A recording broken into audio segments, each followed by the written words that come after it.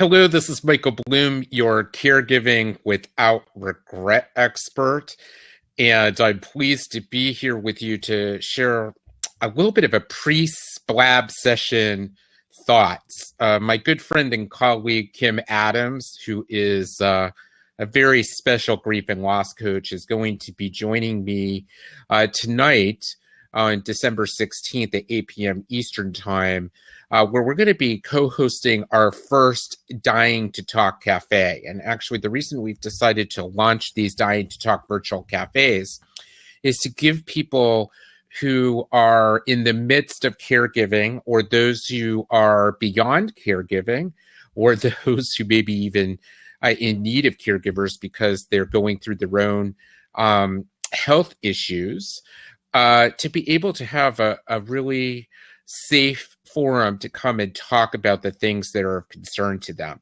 And we really wanted to do one during the holiday season because both of us have been in the caregiving role. And I know from myself personally that the holidays, if you're in the midst of caregiving, and even if your caregiving journey has come to an end and your loved one or loved ones have passed away, you could actually experience an extra set of heaviness.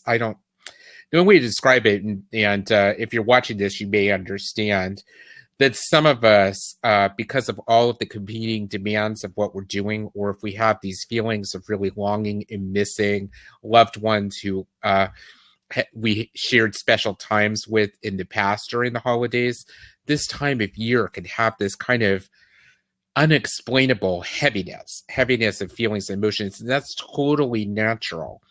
And one of the best ways to cope with that is to feel comfortable to share those feelings and to get them out. And I know that all of us don't feel like we have people that we can talk to kind of share those feelings. And when we know that others are trying to enjoy the happiest of holidays ever, including ourselves, that sometimes sharing these feelings of longing for a loved one or missing days when things were easier and we didn't have these frightening caregiving responsibilities of taking care of an elder parent or a sick spouse or partner, or a child with special needs, or one of our treasured service people that has come back from service with injury or even illness as a result of their service. We have so many veterans getting support from loved ones.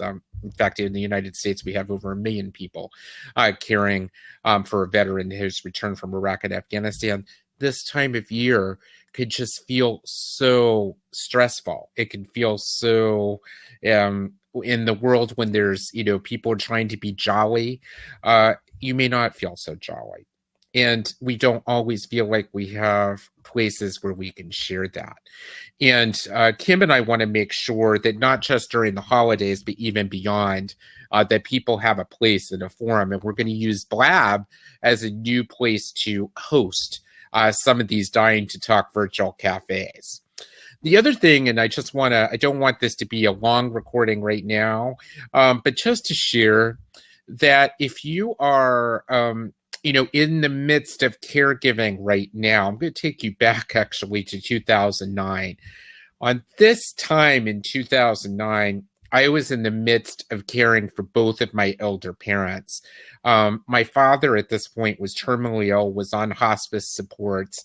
He had vascular dementia, and actually was in his last, at this point, days of life. But he had ongoing support. We had support with the hospice team for about 4 months.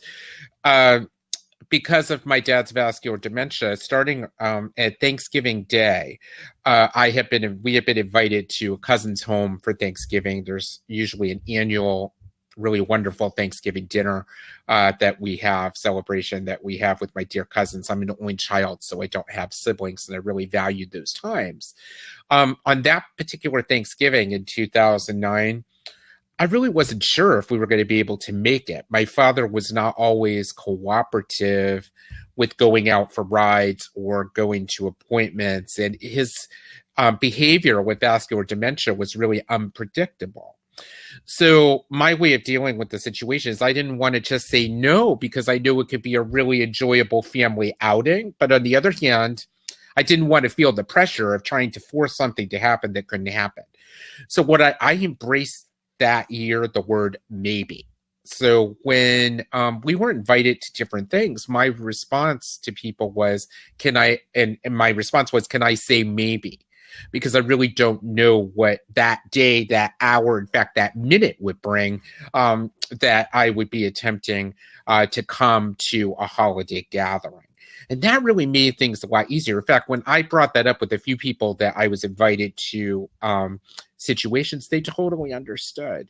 So, you know, my message to you, because there's so many competing demands that go on, and things can be unpredictable, and maybe it's not your loved one's care that would take you away from wanting to attend or participate in an event that day. It might be your own feelings of being sort of tired or not feeling up to par to being in a large group setting. Honor and recognize your own needs, not just during the holidays, but any time of the year. And if you're honest about it and share with others, and you know, hopefully you don't get the judgment back, but just to say, you know, I'm not sure. I really, I think I want to come, but I won't know. Is it okay if I give you an answer the day of, rather than having to make the commitment now?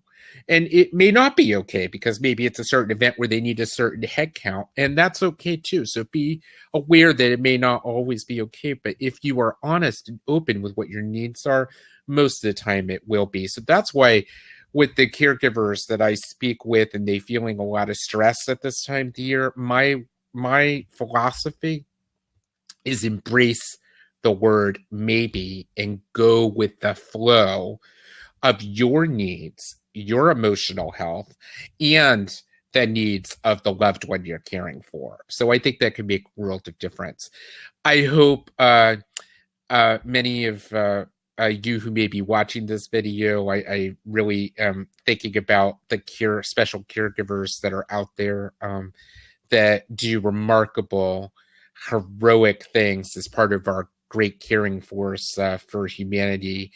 Thank you for your service and your continued dedication. Each and every day you wake up, you're making a choice to serve and to be giving to others. So at this time of year especially, you deserve a little time for yourself.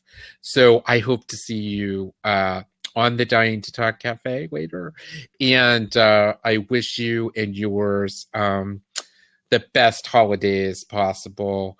And may you go forward with care, fellow caregiver. Thank you.